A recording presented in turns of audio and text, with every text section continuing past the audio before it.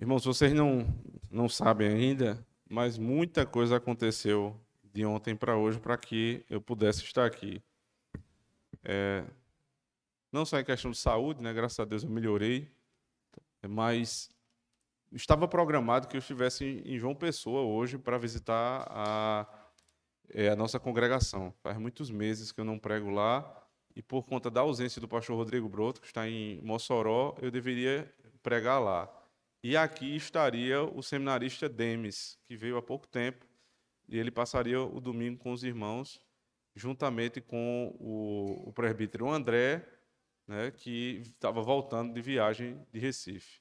O fato é que o presbítero André, com sua família, e o seminarista Demes, que também está em Recife, né, porque mora lá, não conseguiram sair de Recife ontem. Então ficaram presos lá em Recife, todos ilhados. E aí ficou a dificuldade. Como é que vai ter pregação em Campina e em João Pessoa se o pastor está em Mossoró, um presbítero está preso com um seminarista em Recife e só tinha eu para pregar, né? E o presbítero Luciano. Então nós decidimos fazer o seguinte: o presbítero Luciano e o presbítero Leandro foram para João Pessoa. Eu mandei sermões, né, escritos para eles. Eles vão lê-los, né, pregar lendo esses sermões para a congregação. E eu fiquei aqui.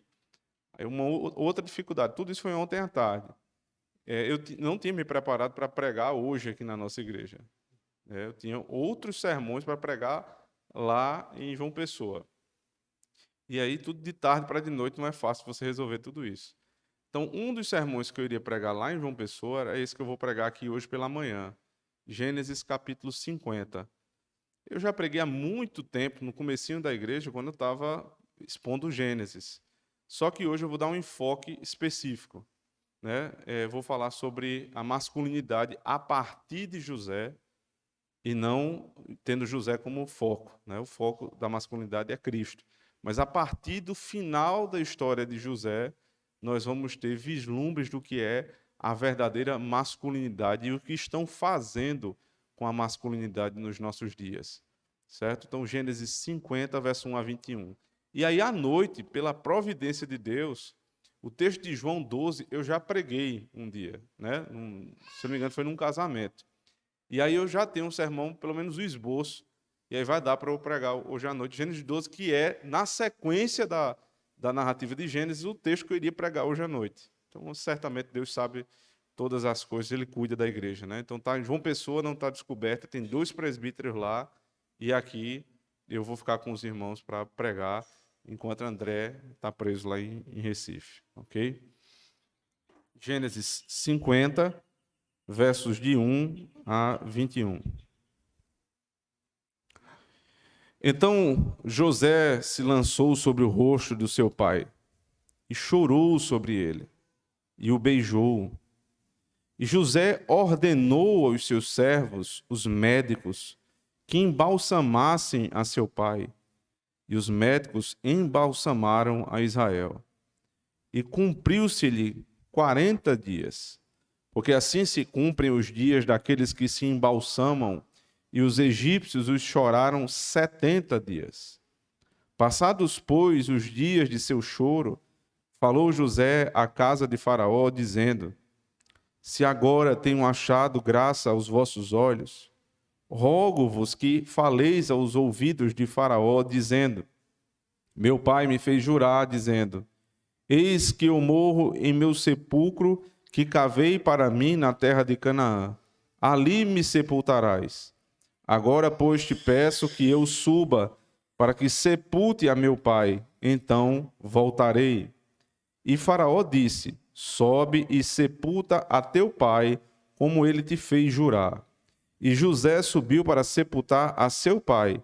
E subiram com ele todos os servos de Faraó, os anciãos da sua casa, e todos os anciãos da terra do Egito, como também toda a casa de José e seus irmãos, e a casa de seu pai. Somente deixaram na terra de Gósen os seus meninos, e as suas ovelhas e as suas vacas. E subiram também com ele, tanto carros como gente a cavalo, e o cortejo foi grandíssimo. Chegando eles, pois, à eira de Atade, que está além do Jordão, fizeram um grande e dolorido pranto, e fez a seu pai uma grande lamentação por 7 dias. E vendo os moradores da terra, os cananeus, o luto na eira de Atade, disseram: é este o pranto grande dos egípcios. Por isso chamou-se-lhe Abel Misraim, que está além do Jordão. E fizeram-lhe os seus filhos assim como ele lhes ordenara.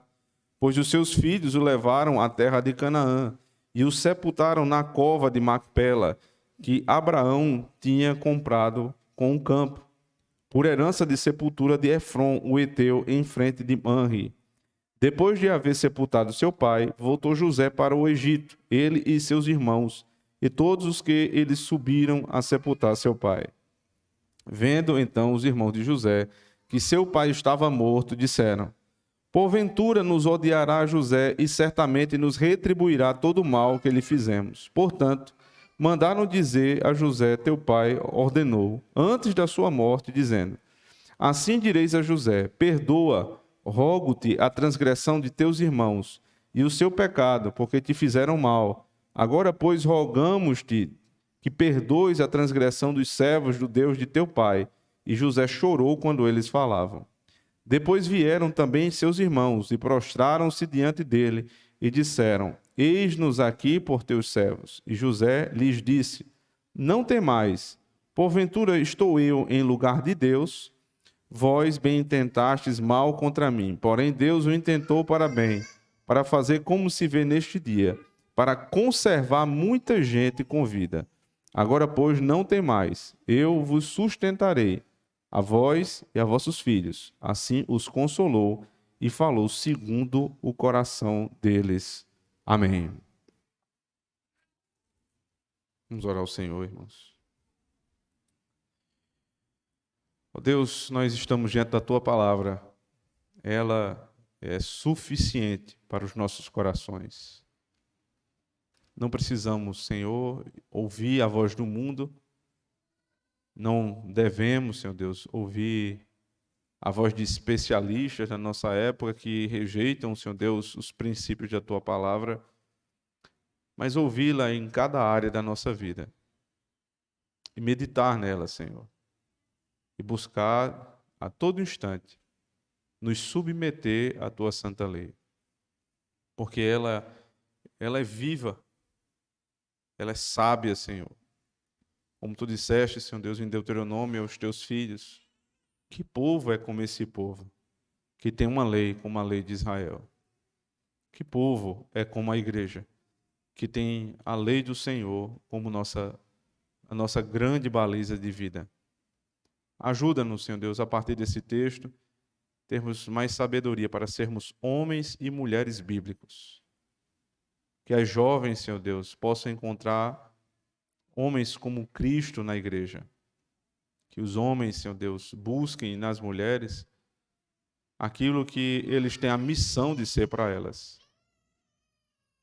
Eles encontrem, Senhor Deus, mulheres piedosas, ordenadas, Senhor Deus, submissas, mas que para isso eles estejam, em primeiro lugar, comprometidos com a sua própria masculinidade. E assim nós possamos, Senhor Deus, dar bom testemunho da Tua palavra. É o que nós rogamos ao Senhor nessa manhã. Amém. Não faz muito tempo, vocês devem ter inclusive acompanhado esse caso, que é um rapaz, né, filho de um grande cantor brasileiro, estava metido num reality show. Eu vi isso aqueles vídeos cortados, né, que o pessoal coloca no Instagram. E ele, Fiuk, o nome dele, ele, no final do programa, parece que teve uma discussão com alguém ali, e ele, para se desculpar a uma mulher, ele se desculpou por ser homem.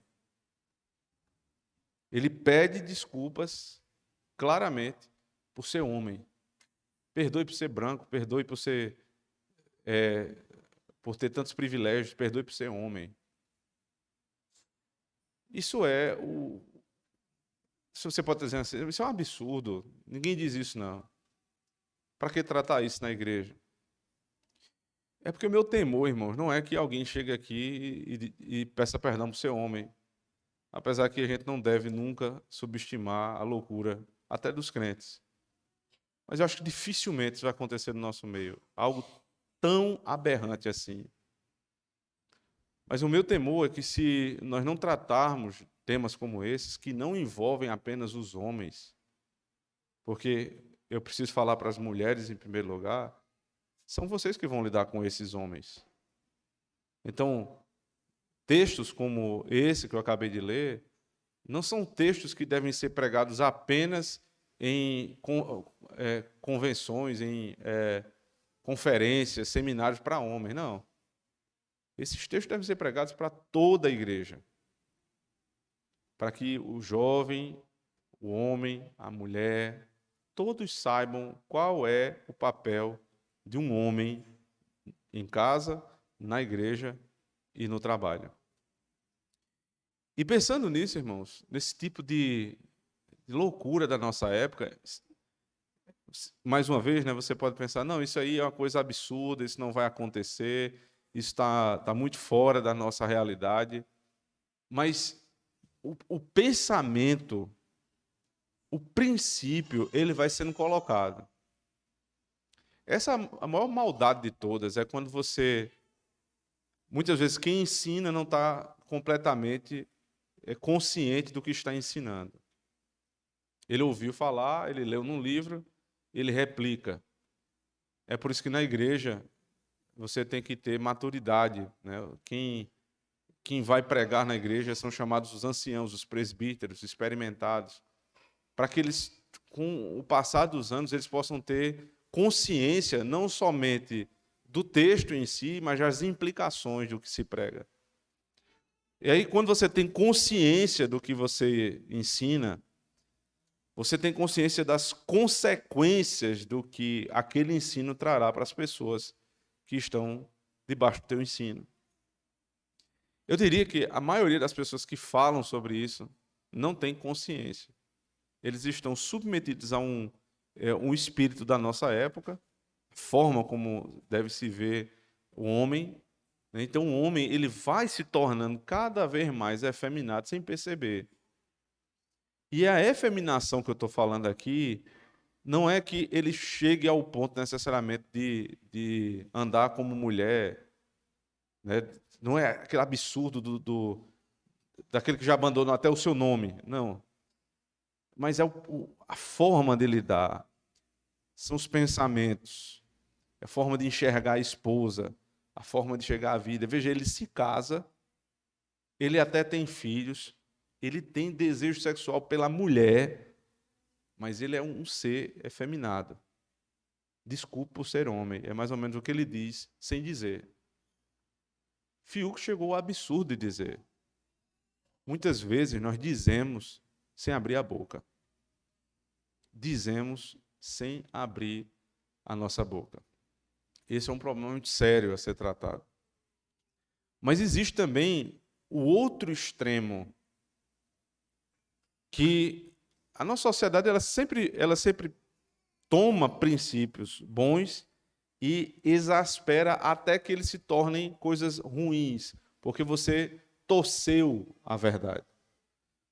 Então, entre o homem ser sensível em relação a algumas determinadas dificuldades da família, isso é uma virtude. Se pega a virtude e se lança ao absurdo até que essa virtude se torne um defeito. Aí o homem é sensível em excesso, efeminado. E o contrário, como se tenta combater, é um outro tipo de homem, que é o homem, aquele cara lenhador, né? O cara tá barba grande, fortão, tatuado, anda com um cachorro que tem cara de mal, mas ele é bruto, ele é cavalo. Aí ele bate no peito, não, eu sou macho. Ser macho, veja que nem o tema do sermão é macheza bíblica, mas é masculinidade bíblica. Sabe por quê? Porque o cachorro do lenhador também é macho. Então, assim, qual é a vantagem de ser macho? Um boi é macho, um cavalo é macho, um cachorro é macho. Então, você bater no peito e dizer eu sou macho, você só está descrevendo seu corpo. Agora, eu sou homem, aí a conversa é diferente. Então, a nossa baliza não é nem um homem efeminado, no sentido de ser sensível, nem a macheza, né, miserável que esses homens querem ter, né? Que é chamado hoje, né, de macho tóxico. Essas linguagens tolas da nossa época. Nós não estamos atrás de nenhum desses dois tipos de homem. Nós estamos atrás do homem como Cristo. Nossa busca aqui, nossa investigação é como ser um homem como Cristo, nem como José, inclusive. José é o nosso ponto de partida, não é o nosso ponto de chegada. O ponto de chegada é o homem que morreu na cruz. Mas como existem muitos conceitos aqui a respeito de José, que nos fazem entender que ele era um homem que apontava para Cristo, nós começamos de Gênesis capítulo 50. Mas um texto que vai nos ajudar muito, eu diria, a completar essa ideia inicial, né, do que é verdadeira masculinidade, é, se você abrir comigo, por favor, o primeiro livro dos Reis, capítulo 2.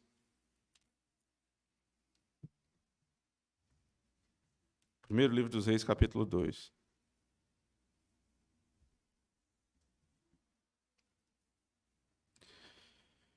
E aproximaram-se os dias da morte de Davi, e deu ele ordem a Salomão, seu filho, dizendo: Eu vou pelo caminho de toda a terra, esforça-te, pois, e sê homem. Esforça-te, pois, e sê homem. Perceba que o contexto em que Davi diz isso ao seu filho Salomão é um contexto muito especial. Ele está prestes a morrer. Ele está no finzinho da vida dele. E esse é aquele tipo de cena que o filho vai levar para o resto da vida. Quantos filhos dizem, eu escuto, eu me lembro do que meu pai me disse naquele dia. Ouvir as palavras dos seus pais é sempre muito bom, sábio. Mas ouvir as últimas palavras do seu pai, isso vai lhe marcar para o resto da vida. Davi tinha muita coisa para falar para Salomão. Mas ele escolhe exatamente estas palavras, e não somente isso. Veja, isso provavelmente foi uma cena particular entre pai e filho.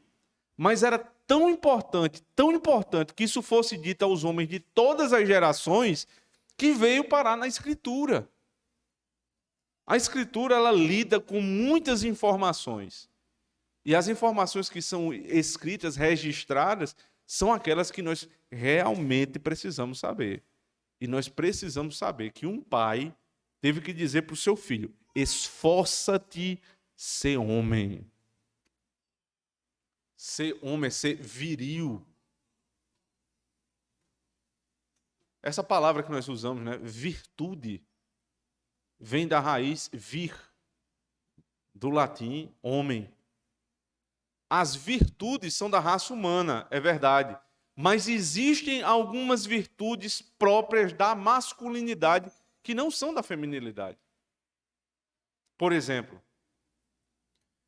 para uma mulher se espera que ela seja mais paciente, que ela seja mais terna com os filhos, que ela desempenhe esse afeto, essa sensibilidade mais feminina. Você vê que o homem é muito objetivo, e a gente vai traçando a nossa vida e trabalhando, e a gente não percebe as entrelinhas. Aí vem uma mulher, e aí, irmão, ouça a sua esposa, viu? Ouça. Isso não quer dizer que você deve sempre ouvir e fazer o que ela está dizendo, mas você precisa pelo menos ouvir. Porque há muita sabedoria nas irmãs. A sensibilidade delas.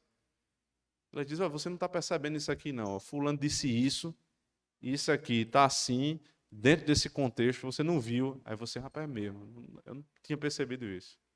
Sua mulher é tua auxiliadora. Ela tem virtudes que estão mais evidentes do que as minhas. Então, nestas virtudes, eu não vou nunca querer que uma mulher me ensine a ser corajoso, porque aí eu já estou derrotado. Mas a ser mais sensível, nesse sentido, eu preciso saber.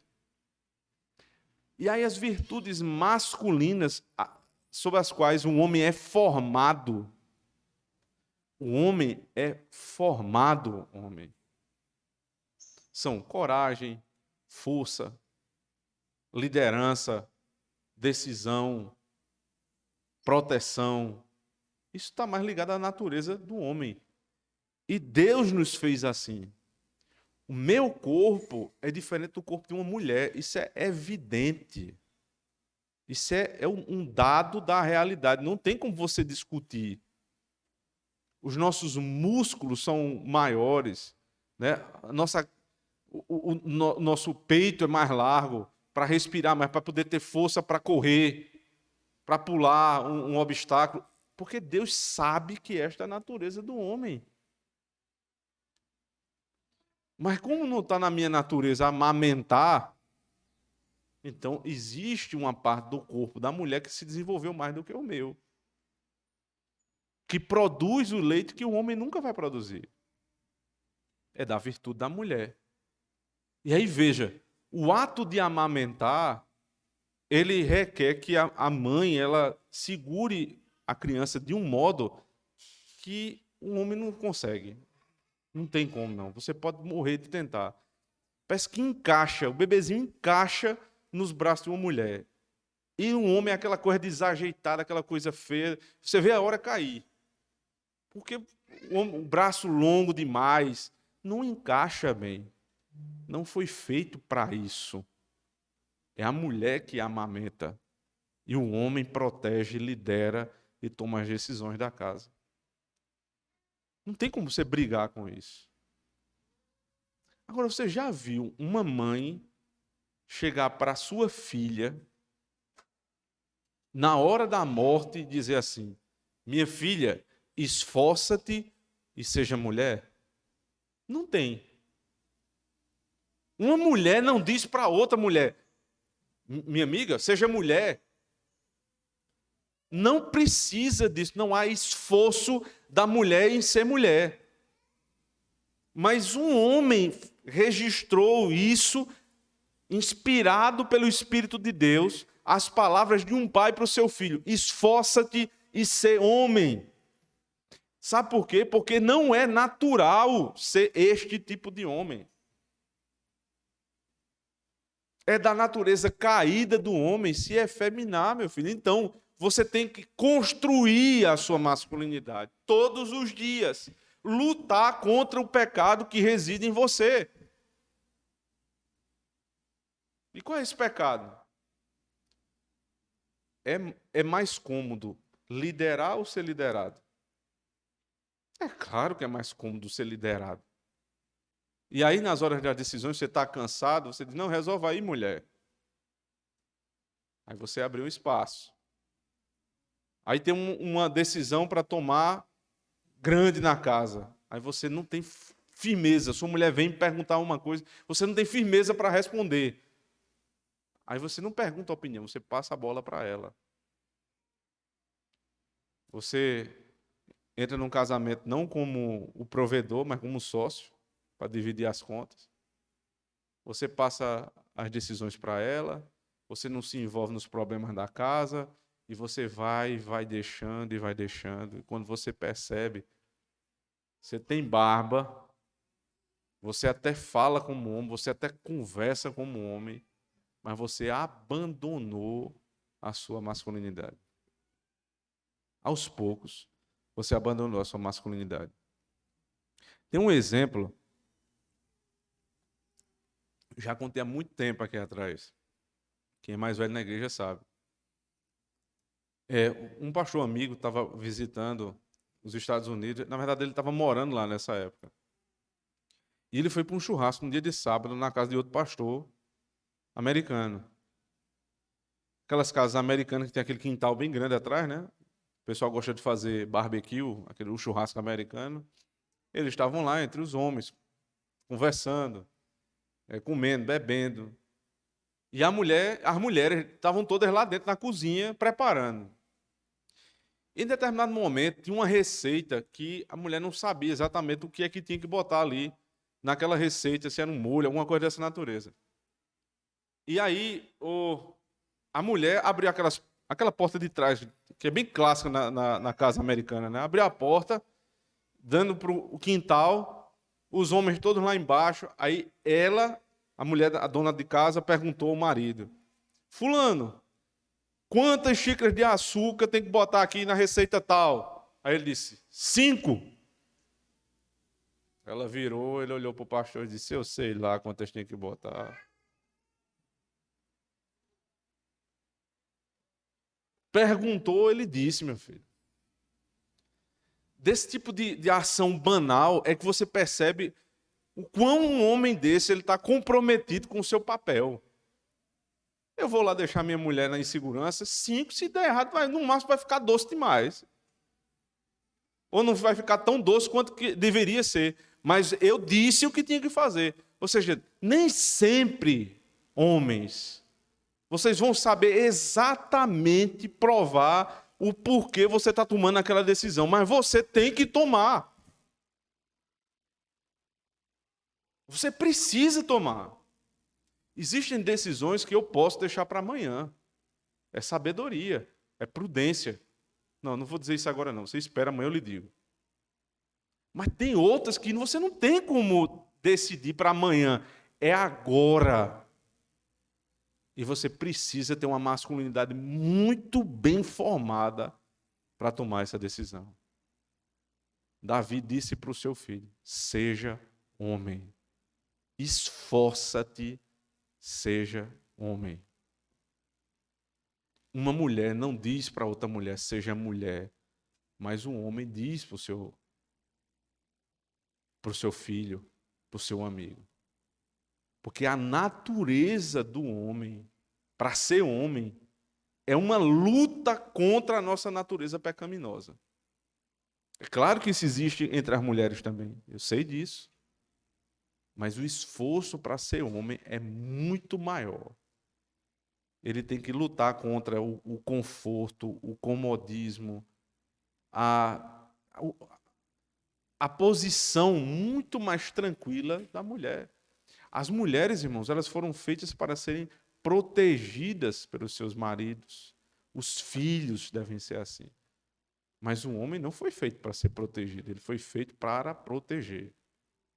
E isso não é da nossa natureza pecaminosa. Você tem que sempre trabalhar isso na sua cabeça, todo dia. Espera aí, eu estou sendo um homem, o que é que eu preciso fazer aqui para me tornar um homem ainda melhor? Todo dia. E lutar contra a minha natureza pecaminosa. Esforça-te, pois, ser homem. Voltando lá para Gênesis, capítulo 50, por favor. Nós vamos investigar diretamente o texto de Gênesis 50 para perceber 3 características da verdadeira masculinidade. Pelo menos 3. Eu vou tentar trabalhar com os irmãos essa manhã, certo? Versos 1 a 5.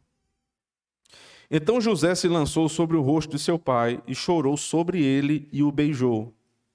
E José ordenou aos seus servos, os médicos, que embalsamassem ao seu pai, e os médicos embalsamaram Israel. E cumpriu-se-lhe 40 dias, porque assim se cumprem os dias daqueles que se embalsamam, e os egípcios choravam 70 dias. Passados, pois, os dias do seu choro, falou José à casa de Faraó, dizendo: se agora tenho achado graça aos vossos olhos, rogo-vos que faleis aos ouvidos de Faraó, dizendo: meu pai me fez jurar, dizendo: eis que eu morro em meu sepulcro que cavei para mim na terra de Canaã, ali me sepultarás. Agora, pois, te peço que eu suba para que sepulte a meu pai, então voltarei. Qual é a primeira característica da masculinidade bíblica? Honra. É a honra.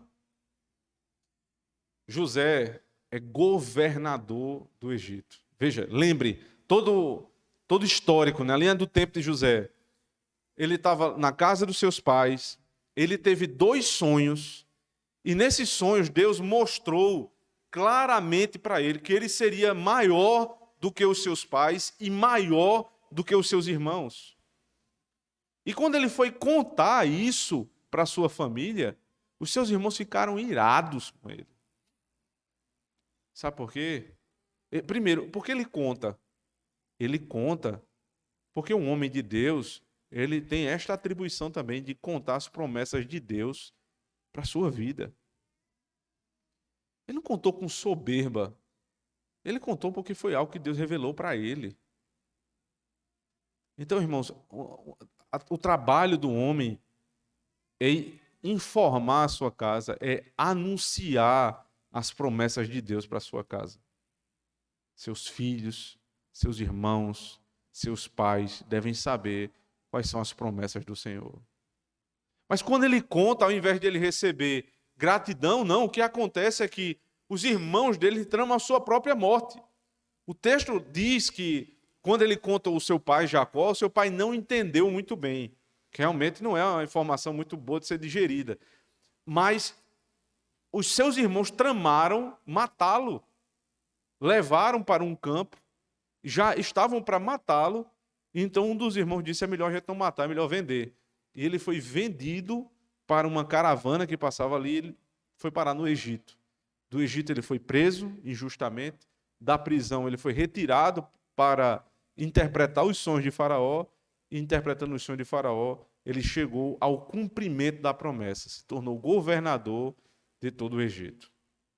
Esse é o contexto desse homem.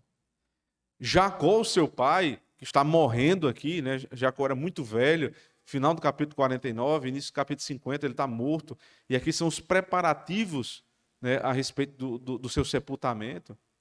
Jacó foi um homem que ensinou José a ser homem. Era o pai dele.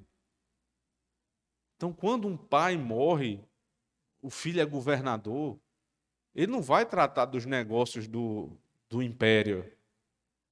Ele vai tratar da honra do pai. Antes de ser governador, ele é filho. Então, ele para tudo que estava fazendo para honrar o seu pai.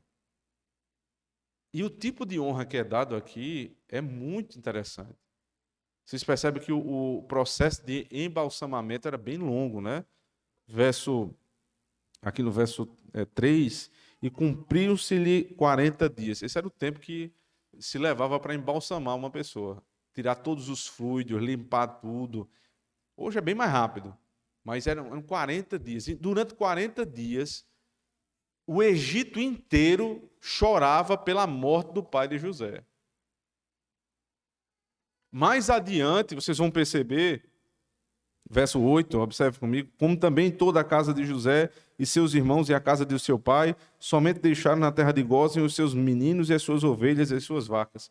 Quando eles partiram para o sepultamento, que não se deu no Egito, mas em Canaã, daqui a pouco eu explico por quê, toda a casa de de Jacó, seguiu o cortejo, juntamente com os oficiais do Egito, com todas as autoridades do Egito, seguindo o cortejo do pai de José. José era um estrangeiro. José era um homem que não tinha a cultura egípcia na sua própria natureza. Como é que um judeu consegue tanta honra assim na morte do seu pai? Sabe por quê? Porque homens de verdade atraem o respeito de outros homens. Homens de verdade atraem o respeito de outros homens. O pai dele morreu. Pouca gente sabia quem era o pai de José, porque foi pouco tempo que Jacó morou no Egito. Foi só quando teve aquela fome muito grande. Não foram muitos anos. Mas o respeito que se tinha por José era tão grande que foi imputado também ao seu pai. A honra desse homem. Homens honrados, irmãos, muito difíceis hoje em dia. Homens que dão valor a essas questões de família. Meu pai morreu, eu paro tudo. Aí o pai disse assim, o pedido do pai: eu não quero, né, vocês viram aqui, veja no verso 5, meu pai me fez jurar dizendo, eis que eu morro e em meu sepulcro que cavei para mim na terra de Canaã, ali me sepultarás.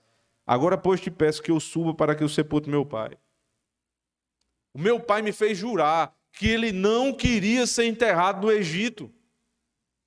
Ele queria ser enterrado na sua terra, como vai ser dito lá no final do texto, junto aos seus pais. Eu quero ser reunido aos meus pais. Sabe o que é isso?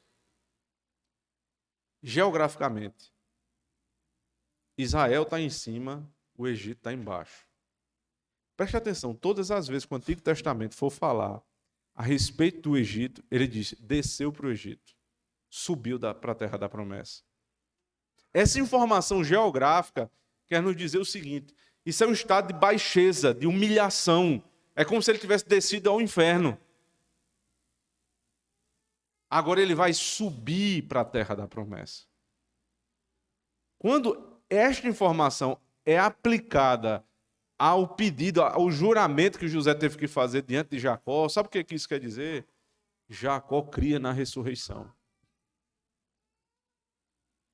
É como se o corpo dele estivesse saindo ali das trevas e estivesse subindo para o céu, para a terra da promessa. Qual era o significado de Canaã? Canaã é a terra do descanso.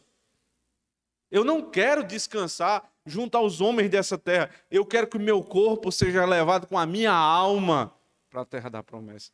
Isso não é um pedido qualquer. Isso é uma honra muito grande.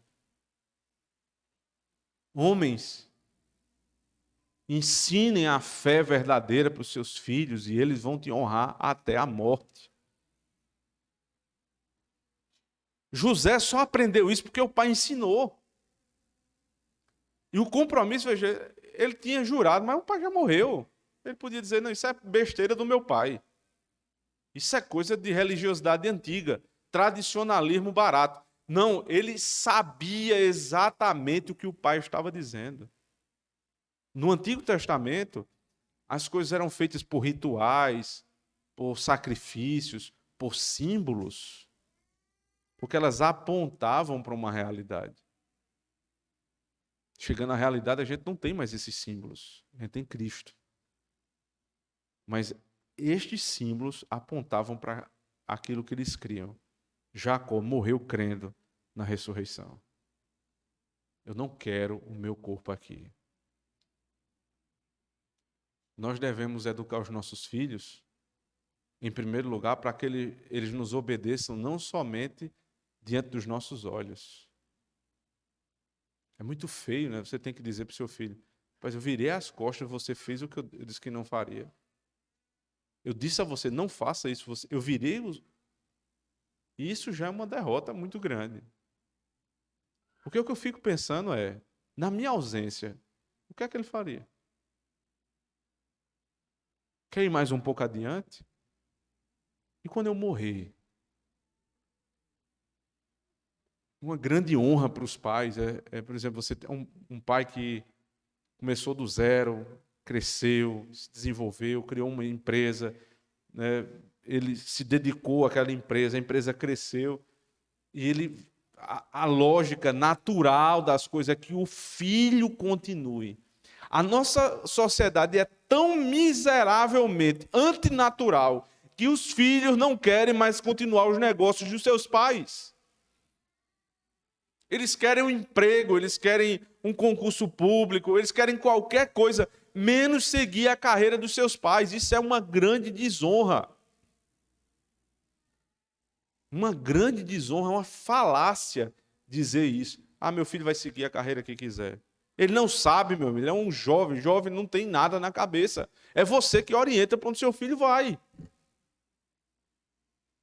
Ele tem algumas habilidades, você vai, dentro daquelas habilidades, você vai dizer o que ele precisa fazer. Mas não seguir os nossos caminhos é grande desonra. Quantas empresas, irmãos, quando faleceu o dono, as empresas foram ser cuidadas por um conselho deliberativo de pessoas que não tinham nada a ver com a família. Não foi o filho que continuou. O filho honra o pai, não só até a morte, até após a morte. Um filho que pega a herança do pai e torra todinha, só com porcaria, só com farra, bebedice e coisas fúteis, é uma desonra para a geração do seu pai. É uma desonra para a memória do seu pai. José não fez isso. Ele disse, eu jurei, eu vou levar meu pai para ser enterrado lá em Canaã. E não somente isso, ele pediu. Veja que ele disse assim, final do verso 5. Agora, pois, te peço que eu suba para que sepulte a meu pai. Então voltarei. E Faraó disse, sobe. Sobe. Ele é um homem que honra as autoridades. E não é só a honra dele, a honra por pai, é a honra das autoridades. Ele é governador, mas Faraó é o imperador. Ele solicita autorização para cumprir o juramento que fez ao pai. E ele era digno de tanta honra. Faraó nem titubeou, disse, sobe e enterra o teu pai. Eu queria falar para as mulheres aqui, especialmente as jovens não casadas, que elas precisam desesperadamente observar os seus futuros esposos em relação a como eles tratam os pais. Se eles são insubmissos, se eles são rebeldes, se eles são desrespeitosos. Aí você diz assim, mas eu não preciso ter medo disso, pastor, porque ele desrespeita a autoridade, mas no caso lá de casa, ele vai ser autoridade sobre mim. Sim, mas tudo tem a ver. Não existe bom líder que não saiba ser liderado. Essa ideia, né, de dizer assim, rapaz, eu sou líder, por isso eu não consigo aceitar ordem de ninguém. Você é líder porcaria nenhuma, você é um ditador. Os líderes sabem receber a autoridade do outro, reconhecer a autoridade do outro e se submeter. Quem é o nosso líder por excelência? É Cristo. É o rei da igreja. Mas ele olha para o pai e diz, eu fiz toda a vontade do meu pai. Eu me submeti a toda vontade do meu pai. A minha comida e a minha bebida é fazer a vontade do meu pai. Líder que não sabe ser liderado nunca vai ser um bom líder. Então não queira conversa com um homem rebelde, desobediente aos pais, desrespeitoso. Fuja desse tipo de homem. Primeira característica da verdadeira masculinidade é essa. Honra. Honrar os pais, honrar as autoridades, honrar a pátria. Honra a pátria. Esses dias, irmãos, nós temos visto aquela guerra, né, que já está sendo travada há alguns meses, Rússia contra a Ucrânia. E se você perceber, eu não sou um grande entendedor de guerra não, mas também não sou bobo. A Rússia não está tendo vida fácil, não. O negócio está complicado. Se você olhar os números do exército russo, se você olhar os números do exército ucraniano, você diz, isso aqui é batata, isso aqui eles vão tomar conta desse país seca aqui em um mês. E não está sendo bem assim, não. O negócio está duro. Sabe por quê? Porque eles encontraram homens do outro lado. Eu vi, inclusive contei aqui para os irmãos, mais de uma cena de um homem beijando sua filha, sua esposa, entrando no ônibus para ir embora defender o seu país. Defender sua nação. Estão invadindo a minha terra. Irmãos, esse princípio de pátria, família, religião, isso tem tudo a ver com nossa fé. Pátria, família e religião, elas andam juntas, são valores de uma sociedade. Quando você deixa de se perder, o sujeito miserável está entrando no teu país, você, não, eu vou me render porque o exército dele é maior. Acabou a honra de uma pátria dessa. Morre todo mundo, mas a gente morre sendo homem. Homem, não homem de geleia, homem como rocha, como rochedo. Tem de morrer. Para que servem os homens? Para cuidar dos fracos e das mulheres. Os fracos entram, inclusive, as crianças. Mulheres, crianças e os fracos. Se todo mundo no país for fraco, ou for mulher, ou for criança, quem vai defender? Ou se você permite que isso aconteça, irmãos, que as virtudes, a memória da tua terra, do teu país, da tua... Veja, teu pai morou aqui, teu avô morou aqui, teu bisavô morou aqui. Entrar nessa terra é desonrar todo mundo de uma vez só. Não tem como você chegar e dizer, não, vamos fazer as pazes aí, vamos ajeitar aqui, deixa para lá esse negócio de OTAN, a gente fica por aqui mesmo. Isso é desmoralização para o homem. Do mesmo jeito que o homem não deixa ninguém entrar na sua casa. Homens, criem seus filhos para serem protetores desde cedo. Sabe o que é que o seu filho brinca? Compra uma arma de brinquedo para ele, dê para a mão dele. Aí, mas meu filho vai ficar violento. Aí você ensina para que ele usa, meu filho. Você dá uma faca para o seu filho também cortar a carne. Ele podia cortar o seu bucho, mas ele não corta por quê? Porque você diz, não faça isso. É uma arma também. Você não tira, não tem estatuto do desfaqueamento. Não existe. Porque a faca, ela vai ser endereçada àquilo que ela serve. Cortar o pão, passar a manteiga. Aí você dá uma arma para o seu filho. Vamos brincar aqui, meu filho. Vou lhe explicar como é. Aí você vai brincar com ele. Olha, se entrar um ladrão aqui, você atira nele. Porque vai fazer mal à mamãe e aos seus irmãos. Cresceu mais um pouquinho, você compra uma espingarda daquela de... Como é o nome daquela espingarda? Espingarda que brinca aqui quando tem feriado. Né? Que é chumbinho. Vai ensinar teu filho a atirar. Vai ensinar para que serve atirar. Vai explicar em que momentos ele deve usar. Aquelas brincadeiras de briga, né? Do pai com o filho. Meu pai fazia muito isso. Às vezes ele dava uma erradazinha assim, era lona. Mas a gente brincava assim. E toda vez que a gente se enfurecia e queria bater mais, sabe o que é que o pai faz?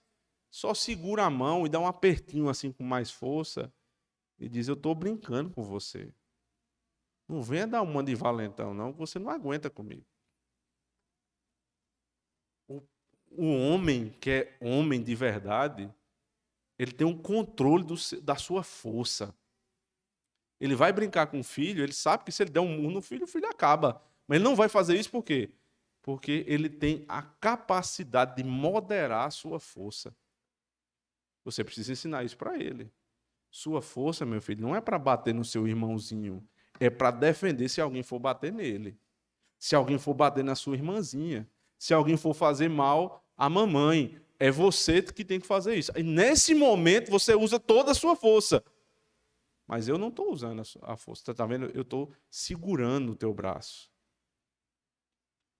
Isso é honra. Honra pela casa, honra pela família, honra pela igreja. Defender a igreja. Não se juntar com outras pessoas para falar mal da tua igreja. Tua igreja é o teu lugar, irmãos. Não se honra mais nem a igreja. Qualquer motivo hoje é motivo para se trocar de igreja. Teve uma raivinha aqui, corre para ali. Teve outra ali, vai para outro canto. Não existe mais esse sentimento corporativo de dizer, nós temos problemas, é claro que temos, vamos resolver. E quem são os culpados disso acontecer? Vocês, homens, desonrados, que permitem que isso aconteça. Agora, se você não permite, aí sim, você é um homem de honra. Você trata os problemas da sua casa. Consequentemente, você trata os problemas da igreja. Segunda característica do homem, primeiro é honra. A segunda é moderação das afeições. Honra e moderação das afeições. Veja, capítulo 50, verso 15. Vendo então os irmãos de José que seu pai estava morto, disseram: porventura nos odiará José e certamente nos retribuirá todo o mal que lhe fizemos.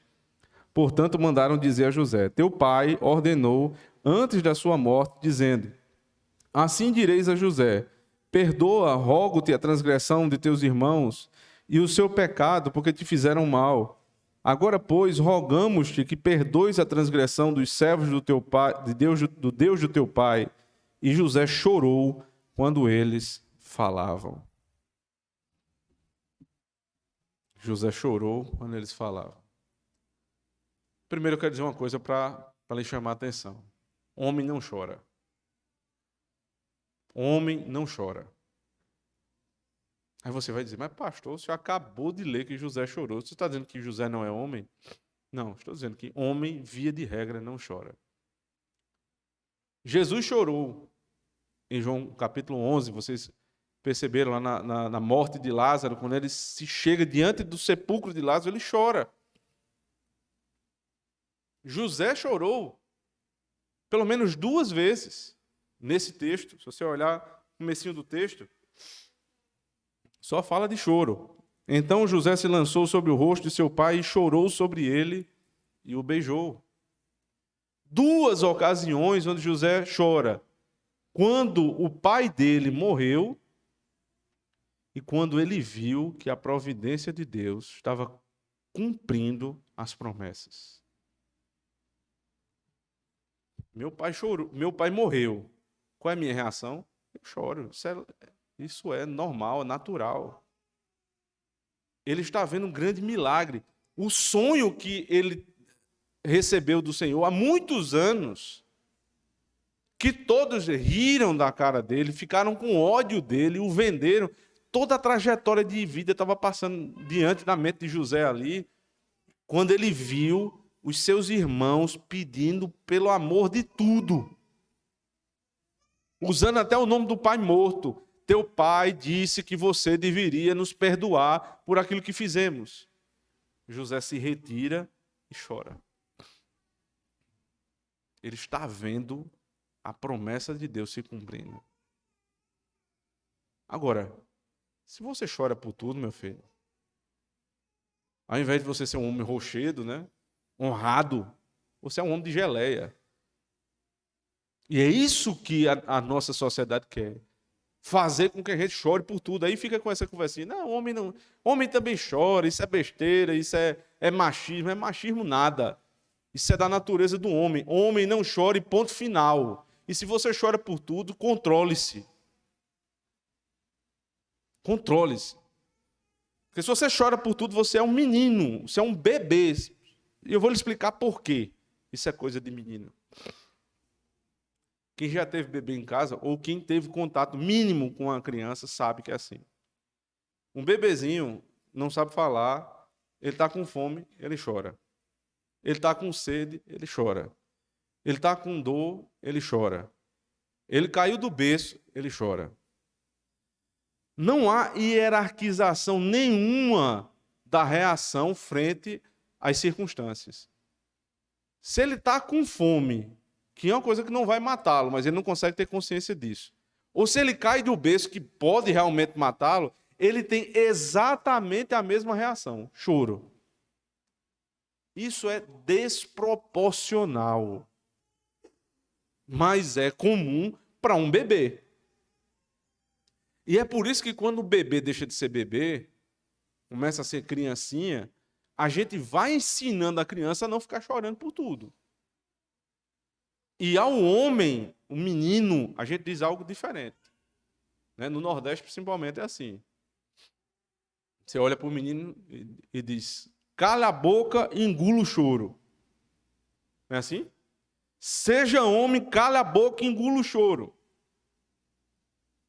Engolir o choro é uma atividade não muito agradável. Você já está se acabando de chorar. Você tem que engolir o choro, segurar e não chorar mais.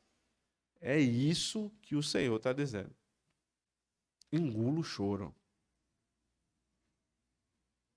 Porque se você chora quando morre o seu pai, e quando você dá uma batidinha na quina da mesa, meu filho, aí você não hierarquizou, você não tem o domínio das suas afeições. Aí você é um bebezinho. Homem não chora. Agora, se existem situações tristes de verdade, doença muito séria, morte, né? Ou, veja, a sensibilidade de um homem verdadeiramente crente, que quando enxerga a promessa de Deus se cumprindo na sua frente, ele chora. Chorar diante das grandes realizações de Deus é um dos atos mais masculinos que existem. Mas você quase não vê ninguém chorando por isso, pela nossa insensibilidade a tais fatos, mas vê o sujeito chorando por qualquer coisa. Homem que gosta de assistir filminho de menininha, de adolescente, para ficar chorando. Tenha vergonha na cara, meu filho. É o tipo de filme que você para assistir. Romancezinho bobo, tolo. Isso é coisa de menininha.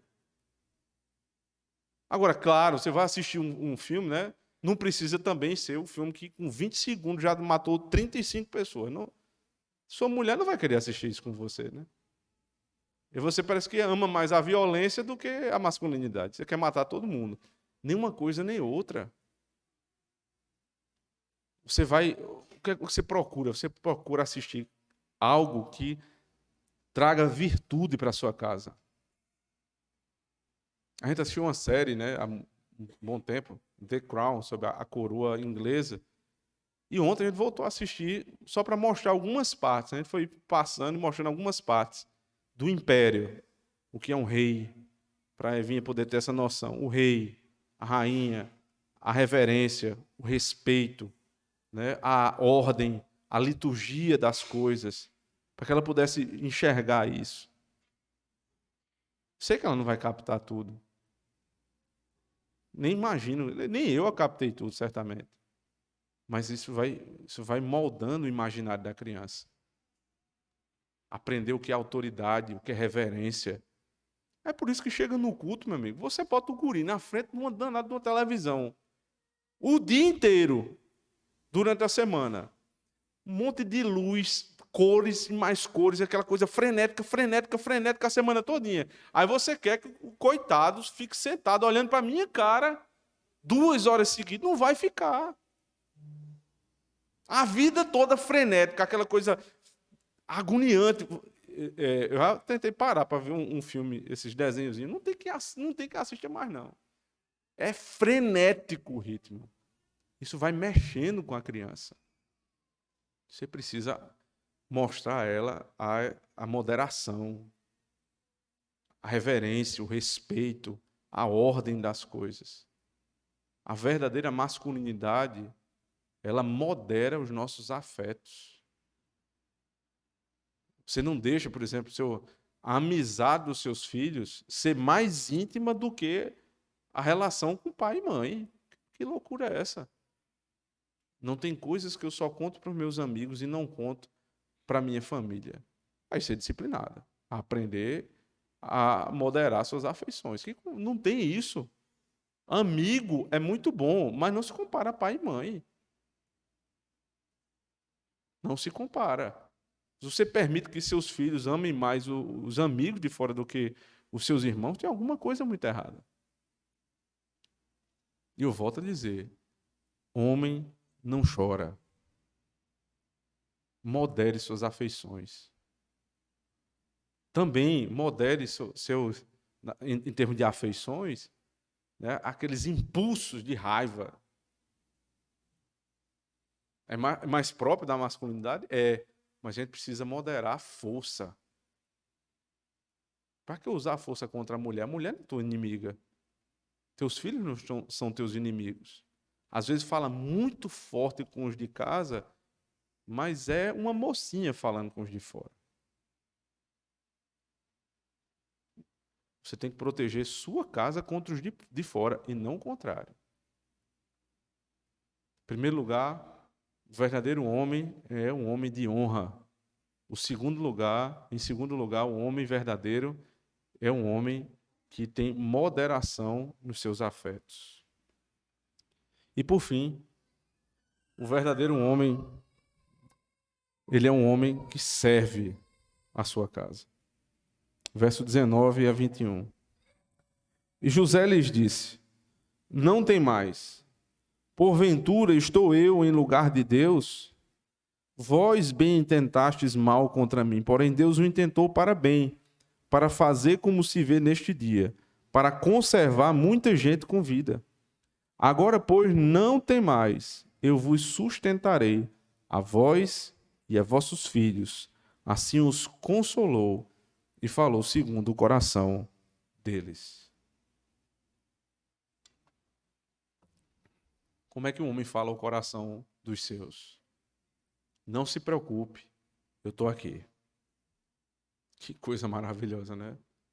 O mundo está se acabando. A mulher liga para você. Olha, os meninos aqui estão quebrando tudo, eu não estou dando conta mais, está faltando isso na feira, não sei o que lá. O homem diz: se preocupe não, estou indo para casa agora. Às vezes ele não sabe nem como é que vai resolver. Mas ali já tranquilizou o coração da mulher. Aí ela chega logo para os meninos e diz: ó, se liga que seu pai está vindo, viu? Olha que coisa terrível, né? É se, numa situação como essa, a mãe vai dizer para o filho: olhe, pare de fazer o que você está fazendo, eu já chamei seu pai. O menino olha assim: pai, meu pai, continua fazendo a mesma coisa. Não tem respeito pela figura do pai. Não tem respeito. Meu amigo, quando o seu filho escutar dizer assim: teu pai está chegando, é para ele virar igual aquelas Toyota, velho, que transporta gente no interior, se tremendo todo de medo. É isso que teu filho tem que fazer. Meu pai tá, pelo amor de Deus, eu vi uma cena aqui um dia, foi fantástico, foi lindo. As raras vezes que a gente vê algum tipo de indisciplina aqui, né? Algum tipo de... não estava fazendo o que o professor estava mandando. Vai brincar com outra menina, isso fica aquela agonia. No Nox Kids, né? Na escolinha. Aí Cecília vinha brincando, aí o professor disse: Cecília, eu vou contar para o seu pai, viu? Ele disse que a afeição dela mudou assim. Meu pai, aí, sim, faça isso não. Olha, eu não estou fazendo nada demais, não. A primeira coisa que ela, quando viu o pai chegando, correu e disse: olha, papai, ó, hoje, tudo certo. Morre de medo do pai. É assim que tem que ser. Eu vou chamar seu pai. E quando o pai chega, resolve. Tá todo mundo no seu lugar, as coisas voltam para ter ordem dentro de casa. Ele está sempre disposto a servir a família. Aqui foram os irmãos de José. Eles disseram: olha, eles estão na mão de José agora. O pai morreu. Ele disse: pronto, meu pai morreu. Era só o que segurava ele de se vingar de nós. Agora ele vai se vingar. Seu pai disse antes de morrer que você deveria nos honrar. Que você não pode fazer mal contra nós. Nós somos seus irmãos. Aí José poderia ter dito: agora, né? Porque lá atrás vocês me massacraram. Aí ele pega, olha assim e diz: não se preocupem. Vocês estão achando que eu estou no lugar de Deus? A vingança pertence ao Senhor. Vocês fizeram contra mim. A vingança pertence ao Senhor. Vocês intentaram o mal. Veja o verso 20. Vós bem intentastes mal contra mim. José não é tolo não, meu amigo. Ele não dá tapinha nas costas dos irmãos ruins, não. Ele diz: eu sei que vocês são capazes, seus miseráveis. Vocês fizeram mal contra mim. Porque o homem hoje, quando você vai pedir desculpa, ele: não, foi nada não. Foi sim, você fez uma desgraça grande, você quase me matava. Não se faz isso. Mas, aí vem um mais. Porém, Deus intentou o bem. Para que Deus fez o bem para mim? Para fazer como se vê neste dia, para conservar muita gente em vida. Ele está dizendo, a minha quase morte é o motivo do sustento da vida de vocês hoje. Vocês iam morrer de fome, mas por conta da minha quase morte, vocês vão ter vida. Vocês e muitos outros. Essa é a cena, você de frente para os seus irmãos, que lhe traíram e lhe venderam. Aí você tem a capacidade de olhar e enxergar nas entrelinhas o que foi que Deus fez. Eu vou sustentar vocês. Um dia na cruz do Calvário, quando o Senhor estava prestes a morrer, e os seus detratores estavam ali, zombando dele, ele ainda teve a capacidade de rogar ao Pai e dizer, Pai, perdoa-lhes, porque eles não sabem o que fazem. Há uma semelhança entre José e Cristo, mas há uma enorme diferença. A quase morte de José sustentou a família da aliança. Porque dali vieram todos os homens que formaram o grande povo de Israel. Mas da morte, não quase morte, da morte de Cristo, se formou um povo que se chama a Igreja do Senhor. E eu e você somos conservados em vida, não somente nessa vida, mas na vida eterna, pelo serviço de um homem que também é Deus. Quando Cristo se entregou na cruz do Calvário, ele se entregou pelas mesmas motivações de José. Formar uma família para si. Servir a sua casa. Quando o homem procura formar uma família, esta é a motivação da vida dele. Olhar para aquela jovem que quer se casar e não olhar para ela dizendo, ela vai me fazer feliz. Porque isso é coisa dos homens de geleia da nossa época. O homem que é como Cristo, como um rochedo, ele olha e diz, eu vou me sacrificar por essa mulher. Eu vou dar a vida por essa mulher. Eu vou cuidar dos filhos que essa mulher me der. E eu vou preservar a nossa família. Esse é um homem bíblico. Honrado, com suas afeições moderadas e servo. Se nós conseguirmos estas coisas, irmãos, certamente nós seremos como Cristo. Queria trazer algumas aplicações finais aqui para os homens e para as mulheres também. Primeiro, homens, parem de reclamar de tudo. Os homens de hoje estão reclamando do emprego que têm, da situação econômica do país, da mulher, dos filhos, da igreja, de tudo. Homem que faz isso é filho de Adão. Porque na hora que Adão foi repreendido pelo Senhor, a primeira coisa que ele fez foi botar a culpa na mulher. A culpa é da mulher que o Senhor me deu. É tu e dela. Você tem que olhar para a situação da sua casa e dizer, isso aqui está na minha mão. Chamar a responsabilidade para o seu peito e dizer, pode deixar que aqui é comigo. Lembra daquela... É meio que uma anedota, né, do pastor, de 5 colheres de açúcar. A sua mulher tem que olhar para você e ter esta confiança. O que ele fala é como receita de bolo. É para fazer. E por que você crê numa receita de bolo? Porque muitas pessoas fizeram aquela mesma receita e deu certo. Porque uma mulher consegue ter respeito pelo seu marido a ponto de seguir o que ele diz e dizer, vai dar certo. É porque ela olha e diz, muitas outras vezes, ele tomou a liderança da casa e resolveu. E resolveu. É fácil ser homem? Não. É muito mais contra a natureza ser homem do que ser mulher. Por isso é um esforço diário. Você não reclama da vida, você resolve o problema. Você não impõe problema para os outros, você não joga problema para os outros, você resolve os problemas, sem reclamar.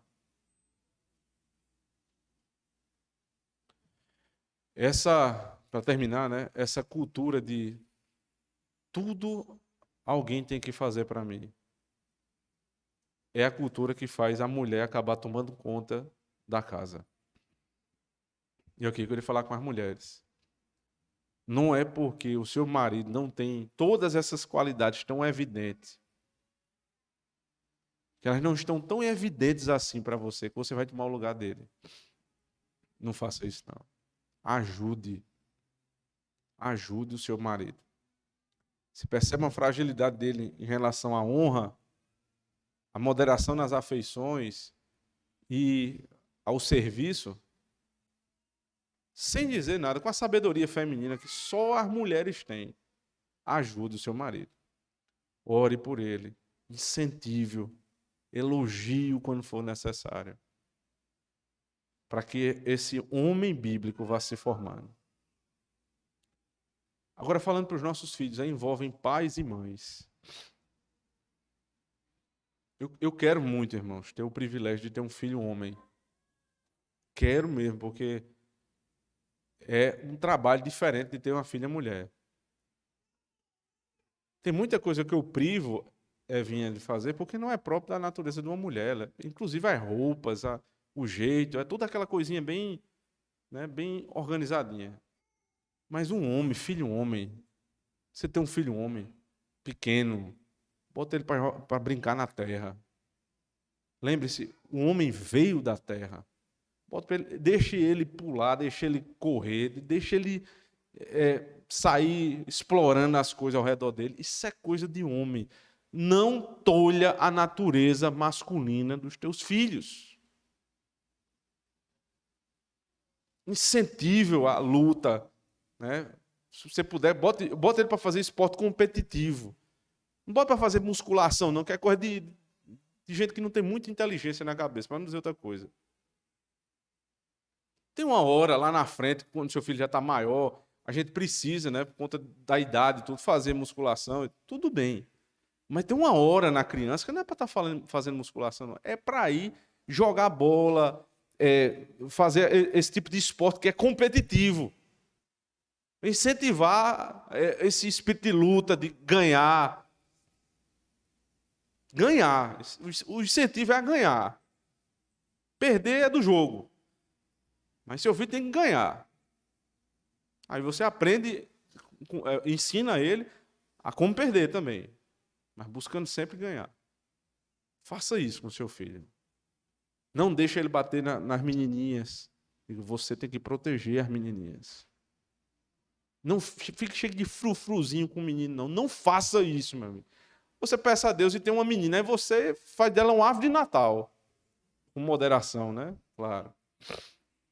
Mas menino, não. Não tem frufru para menino. Se você começar com muita coisinha, muito detalhezinho, muita besteirinha, seu filho vai ficar efeminado. E seria uma grande desonra para esta igreja um homem efeminado. Grande desonra. Você quer que eu repita quantas vezes? Nós estamos formando homens bíblicos e mulheres bíblicas.